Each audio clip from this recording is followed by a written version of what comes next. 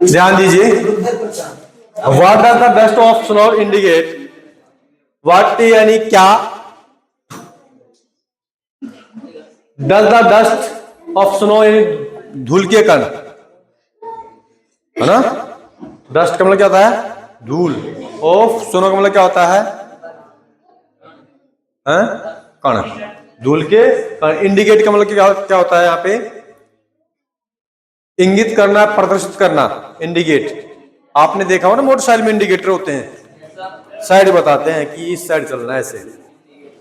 हाँ, तो यहां पे बर्फ के या बर्फ की बूंदे, धूल के कण या बर्फ के कण, है ना, ये डस्ट ऑफ स्नो से इंडिकेट होता है। तो ये क्या प्रदर्शित करता है? बर्फ के या बर्फ की बूंदे या धूल के कण, ये क्या इंडिकेट करते हैं, है ना? तो the dust of snow indicates the falling down of sand.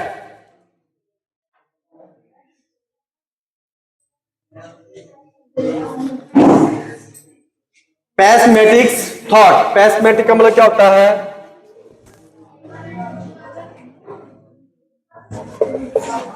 दुखपूर्ण।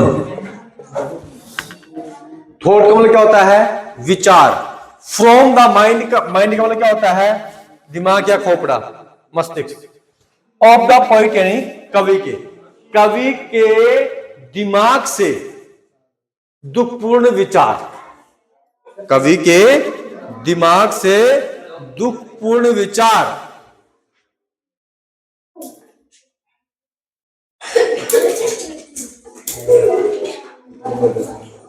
बर्फ या धूल के कण इंडिकेट, प्रदर्शित करते हैं। कवि के दिमाग से दुखपूर्ण विचार आए हैं, तो बर्फ के या धूल के कण इंडिकेट करते हैं, क्या प्रदर्शित करते हैं? Falling down of sad. कहने का मतलब उसके दुख क्या हो जाए? दूर हो जाए, है ना? यहां पे फॉलिंग का मतलब गिरना नहीं है, यहां पे फॉलिंग का मतलब कटना है, यानी उसके दुख क्या हो जाएंगे? कट जाएंगे। फॉलिंग डाउन का मतलब यहां पे कट जाना है, कम हो जाना है, खत्म हो जाना। कवि का जो खोपड़ा है, उस खोपड़े में जो दुखपूर्ण विचार चल रहे थे ना, ध्यान दीजिएगा, यहां पे एक हेमलॉक ट्री है, वैसीला पौधा। अब वैसीला पौधा, अब यहां पे वैसीला ऐसे थोड़ी जहर का कोई पौधा उगता होगा, ये पैदावार होती होगी, ऐसा तो नहीं है। लेकिन यहां पे किसी भी चीज का पौधा हो, आम, नीम, कीकर, है ना, बबूल वगैरह, जो किसी का भी पौधा हो, लेकिन सुबह के समय में जब सर्दियों की ऋतु में उनके ऊपर बर्फ की छोटी छोटी बूंदें जमा हो जाती हैं, जिसको हम क्या बोल सकते हैं? धुंध, है ना, या हम बर्फ भी बोल सकते हैं। तो उस पेड़ के नीचे क्या हो रहा है? ये सो रहा है कवि। क्या हो रहा है? सो रहा है। कवि क्या हो रहा है? ये सो रहा है। अब ये बर्फ की जो बूंदें जैसे जैसे सूर्य की किरणें पड़ेंगी ना पौधे पे, या फिर हम ऐसे कह सकते हैं कि यहां पे कौवे की भी बात हुई है। पोए में किसकी बात हुई है? कौवे की। तो कभी कभी आपने देखो मजाक के रूप में ऐसे किया होगा कि बरसात रुक गई है, और बरसात रुकने के बाद में कोई बच्चा पेड़ के नीचे खड़ा है, तो उसको हम क्या कर देते हैं? वो पूरा भीग जाता है, क्योंकि बूंदे कहां जमी हुई हैं? पेड़ के जो पत्ते हैं ना, उनके ऊपर जमी हुई है बरसात की बूंदे। जब उस पेड़ को हम हिलाएंगे तो बारिश होगी ना, जो भी पत्तों के ऊपर बूंदे थी वो नीचे गिरेंगी। तो ऐसा ही सिस्टम हुआ है कि यहां पर कवि ने इस पौधे को वैसिला बताया है। वैसिला किसके लिए बताया है? जहर वाला पौधा क्यों बताया है? क्योंकि यहां पर आउट ऑफ रेंज है कवि का खोपड़ा, या फिर हम बोल सकते हैं कि सो रहा था। कवि क्या कर रहा था? पेड़ के नीचे बैठ के सो रहा था। तो तभी एक कौवा आया, और कौवा पेड़ की टहनी के ऊपर बैठ करके क्या कर दिया? पेड़ की टहनी को हिला दिया। अब हिलाने से क्या हुआ, वो जो बूंदे बर्फ की जो जमी हुई थी वो बूंदे किसके ऊपर गिरी, कवि के खोपड़े पे गिरी।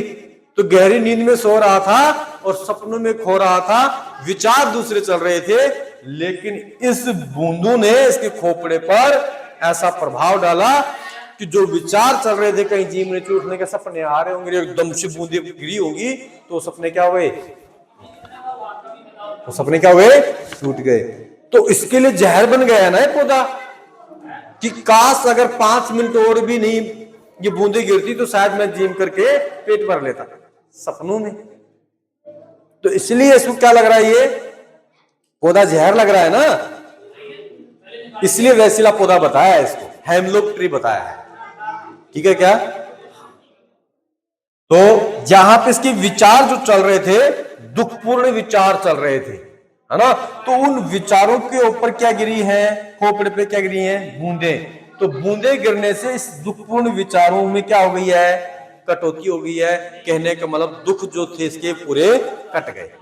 अंडरस्टैंड? ये पंक्ति समझ में आई होगी ना? ठीक है। इट रिमूव का मतलब हट गए। दो आइडियाज यानी उनके जो विचार चल रहे थे वो विचार क्या हुए, पूरे रिमूव हो गए, हट गए। यानी धूल के कण या बर्फ की जो बूंदे हैं वो गिरने से इसके पूरे विचार जो दुखपूर्ण चल रहे थे वो कट गए या हट गए। इट इंडिकेट्स ए चेंज, यह इंगित करता है, ये इंडिकेट करता है, संकेत करता है। ये जो बर्फ की जो बूंदे गिरी हैं दिमाग पर, मस्तिष्क पर, तो ये संकेत कर रहा है, इंडिकेट कर रहा है क्या, ए change in the poets mood. यानी मूड का मतलब क्या होता है, मानसिक दशा। हम बताते हैं ना कि मॉडल इंग्लिश के मूड शब्द से बना है, और मूड का मतलब क्या होता है, ऐसे बोलते हैं मेरा मूड खराब है आज काम करने का, है ना, मन नहीं है। तो व्यक्ति की मनोदशा और मानसिक स्थिति की बात यहां पे होती है। मूड का मतलब खोपड़ा। पोइट का क्या हो गया, पूर्ण रूप से बदल गया। ये इंडिकेट कर रहा है, संकेत देता है। अंडरस्टैंड? ठीक है। Next, what sides of nature do crow and hemlock represent. देखो अभी हम बात कर रहे थे यानी कौवा और हेमलॉक। हेमलॉक का मतलब वैसिला पौधा, ठीक है, और रिप्रेजेंट का मतलब क्या होता है, प्रदर्शित करना, है ना। तो कौवा और हेमलॉक प्रकृति के किस, यहां पे हम वाट का मतलब क्या होता है, लेकिन इसको ठीक प्रकार से समझने के लिए वाट का ट्रांसलेशन क्या निकालेंगे, किस प्रकार, किस साइड का मतलब ये किस तरह है, किस तरफ, ठीक है। यानी कौवा और हेमलॉक प्रकृति के, नेचर का मतलब प्रकृति के किस साइड को, किस साइड को रिप्रेजेंट करता है। रिप्रेजेंट का मतलब प्रदर्शित करता है। कौवा और हेमलॉक प्रकृति के किस तरफ प्रदर्शित करता है। कहने का मतलब कौवा और हेमलॉक ये क्या बातें बताना चाह रहे हैं, तो इसमें जो प्रकृति है उसकी तरफ से क्या प्रदर्शित हो रहा है, ये किस प्रकार से प्रदर्शित किया है कवि ने, वो हम देखते हैं।